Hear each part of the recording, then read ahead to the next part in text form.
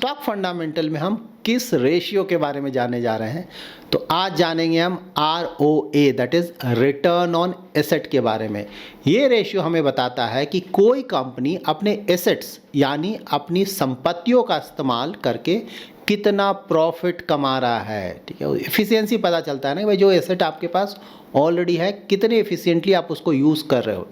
तो ROA हमें बताता है कि कंपनी के पास जो मशीनरी है, बिल्डिंग है, प्लांट्स है और बाकी एसेट्स हैं, फाइनेंशियल एसेट भी हो सकते हैं, उसको कितनी एफिशिएंटली यूज़ किया जा रहा है। ROA क्या है? तो ROA of course full form तो मैंने ऑलरेडी आपको बताया, रिटर्न ऑन एसेट। तो इसका मतलब ये हुआ कि कंपनी ने जितने एसेट्स में पैसा लगाया हुआ है उनमें वो कितना रिटर्न कमा रहा है। ठीक है, मतलब सिंपल लैंग्वेज में अगर इसको समझें तो ROA हमें बताता है कि अगर 100 रुपीज़ का एसेट्स है कंपनी के पास, तो उस 100 रुपये एसेट से वो कितना प्रॉफिट कमा पा रहा है। ठीक है, तो बहुत इंपॉर्टेंट रेशियो है, हमें चेक करना चाहिए। अगर किसी कंपनी का मान लीजिए ROA 10% है, तो इसका मतलब ये हुआ कि कंपनी के पास अगर 100 रुपीज़ का एसेट है तो उसमें से वो 10 रुपीज़ का प्रॉफिट जनरेट कर रहा है। ठीक, ये रेशियो इन्वेस्टर्स को ये समझने में मदद करता है कि मैनेजमेंट कितनी इफ़िशिएंटली कंपनी की प्रॉपर्टी, मशीनरी या फिर कैपिटल को यूज़ में ला रहा है। ROA का फार्मूला बहुत ही सिंपल है, net profit divided by total asset into 100। Net profit आपको पता है, टोटल एसेट ऑफ कोर्स आपको बैलेंस शीट से मिल जाएगा, नेट प्रॉफिट आपको प्रॉफिट एंड लॉस स्टेटमेंट से मिल जाएगा, उसमें 100 से गुना मल्टीप्लाई करेंगे तो आपको ROA मिल जाएगा। ROA कैलकुलेशन एक एग्जांपल से समझ लेते हैं। सपोज किसी कंपनी का नेट प्रॉफिट 100 करोड़ का है और उसका टोटल एसेट 1000 करोड़ का है, तो यहाँ पे ROA क्या होगा? 100 डिवाइडेड बाई 1000, दैट इज 10%। अब जान लेते हैं किसी कंपनी का ROA कितना होना चाहिए। आप लोग का हमेशा क्वेरी आता है कितना ज़्यादा अच्छा होगा, 10%, 20%, 30%। ठीक है, तो ऑफकोर्स यहाँ भी सिंपल यही है कि भाई जितना ज़्यादा हो अच्छा है, लेकिन यहाँ पे ये भी ध्यान में रखें कि कोई फिक्स्ड आंसर नहीं है। ठीक है, तो ROA अगर 5% से नीचे है तो ऑफकोर्स माना जाएगा भाई इफ़िशिएंटली मैनेज नहीं किया जा रहा है। 5 to 10% के आसपास है तो एवरेज परफॉर्मेंस माना जाएगा, और 10% से ऊपर है तो उसे अच्छा माना जाएगा। लेकिन यहाँ ध्यान ये देना है कि इन चीज़ों को स्टैंड अलोन नहीं देखें, ये सब रिलेटिव रेशियोज़ हैं, हमेशा कंपेयर करें। मैंने बार बार बताया, उस कंपनी का पहले का ROA चेक करें कि भाई last 1 year, last 3 year, last 5 years में किस तरह का रहा है और उसके मुकाबले अभी कैसा है। उसी तरह से उसी पर्टिकुलर सेक्टर या थीम के जो दूसरे कंपनीज़ हैं उसके साथ कंपेयर करें कि उनका ROA कैसा है, इसका ROA क्या है। प्लस ये भी ध्यान में रखें कि इंडस्ट्री वाइज ये ROA फिगर्स चेंज करते हैं। किसी किसी इंडस्ट्री में ROA आपको बहुत ज़्यादा देखने को मिलेगा, किसी किसी इंडस्ट्री में ROA आपको काफ़ी कम देखने को मिलेगा।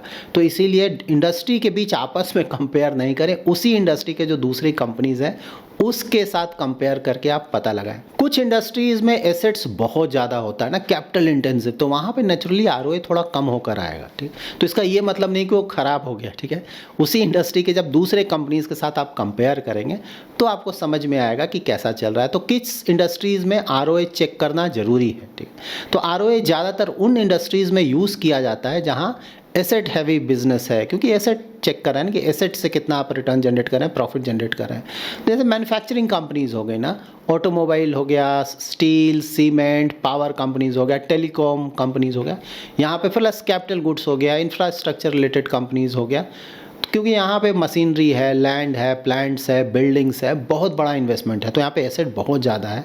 तो यहाँ पे ये देखना बहुत ज़रूरी है। उसी से आपको पता चलेगा कि जो मैनेजमेंट है इन कंपनीज़ का, वो जो ऑलरेडी एसेट्स हैं उसको कितने इफिशिएंटली यूज़ कर रहा है। यहाँ पे देखिए एक बहुत इंटरेस्टिंग पॉइंट ये है कि बैंक्स और NBFCs का भी चेक करना ROA बहुत ज़रूरी है। कई जगह आपको यहाँ पे कंफ्यूजिंग आंसर मिलेगा ना कि बैंक और NBFC में कोई मतलब नहीं बनता है, क्योंकि यहाँ पे तो कोई प्लांट, मशीनरी, बिजनेस ऐसा है नहीं, कोई बड़ा एसेट है नहीं, क्योंकि ये सब कुछ फाइनेंशियल एसेट है यहाँ पे। लेकिन हमेशा ध्यान में रखें कि बैंक्स और NBFCs में भी आपको ROA चेक करना है। सिर्फ ध्यान ये देना है कि यहाँ पे जो ROA होगा वो बहुत कम होगा। ठीक है, तो जो बहुत अच्छे क्वालिटी के इंडिया में अगर आप बैंक्स का देखेंगे ना तो ROA अबाउट 2% के आसपास माना होगा। ठीक है, तो अगर किसी बैंक का ROA 2% या उससे ज़्यादा है तो बहुत अच्छा माना जाएगा, ROA उसका बहुत अच्छा माना जाएगा, ठीक है। दूसरे पैरामीटर्स तो ऑफकोर्स आपको चेक करने होंगे, सिर्फ एक पैरामीटर पे तो आप डिसाइड करोगे कि नहीं कि इन्वेस्टमेंट करना है कि नहीं। उसी तरह से 1 to 2% के आसपास है तो वो भी एक्सेप्टेबल है कि चलो ठीक ठाक है।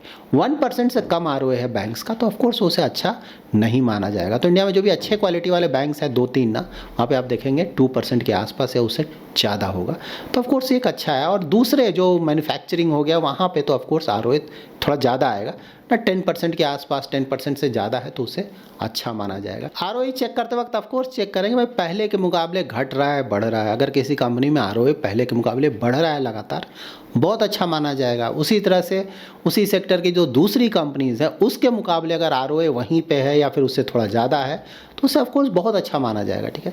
तो आप लोग हमेशा पूछते हो 10%, 20%, 30% नंबर बता दो, नंबर ऐसा होता नहीं है, ठीक है ना। इतना आसान सब कुछ नहीं है, आपको भी थोड़ा दिमाग लगाना पड़ेगा ना। स्टॉक्स में इन्वेस्टमेंट करना या उससे ज़्यादा रिटर्न जनरेट करना आसान नहीं होता है। तो कंपेयर करें और उससे आपको डिटेल्स पता चलेगा। धीरे धीरे प्रैक्टिस करना होगा ना। एक वीडियो में या 2-3 मिनट का लेक्चर सुनकर आप सोचेंगे कि आप सो कॉल्ड बेस्ट स्टॉक में इन्वेस्टमेंट कर लें, बहुत अच्छा पैसा कमा लें, तो ऐसा नहीं होता है ना। आपको प्रैक्टिस करना होगा, सीखना होगा। अब जैसे मैंने अभी कुछ बताया, हो सकता है काफ़ी लोगों को समझ में नहीं आया कि मैंने क्या बोल दिया। नेचुरली एक बार में आप कैसे समझ जाएंगे ना। मैं 17 ईयर्स का एक्सपीरियंस है और उससे पहले भी ये सब मैंने पढ़ाई किया हुआ है, तो 20 ईयर प्लस आप बोल सकते हैं का एक्सपीरियंस, मतलब देख रहा हूँ मैं मार्केट को। तो 20 ईयर्स मैंने जो सीखा वो मैंने आपको इधर 4, 5, 10 मिनट्स में बताया। तो नेचुरली आपको भी थोड़ा टाइम देना पड़ेगा। नहीं समझ में आया 2-3 बार देखिए ना, ठीक है। और उसके बाद और भी इसका प्रैक्टिस कीजिए। मतलब कहीं कहीं आप वेबसाइट, गूगल पे वेबसाइट्स पे जाएं, ईजिली आपको ये सारे डिटेल्स मिल जाएंगे। कंपेयर करें, देखें, कुछ समझ में नहीं आया मेहनत करने के बाद तब लिखें कि भाई ये मैंने बहुत ट्राई किया, ये समझ में नहीं आ रहा, तो मैं ट्राई करूँगा कि आने वाले वीडियोस में उसको भी मैं कवर करूं। So that's it in this video. अगर आपको ये वीडियो पसंद आया है तो जरूर लाइक एंड शेयर करें। पहली बार हमारे यूट्यूब चैनल पे आए तो चैनल को जरूर सब्सक्राइब करें। Thanks a lot for watching.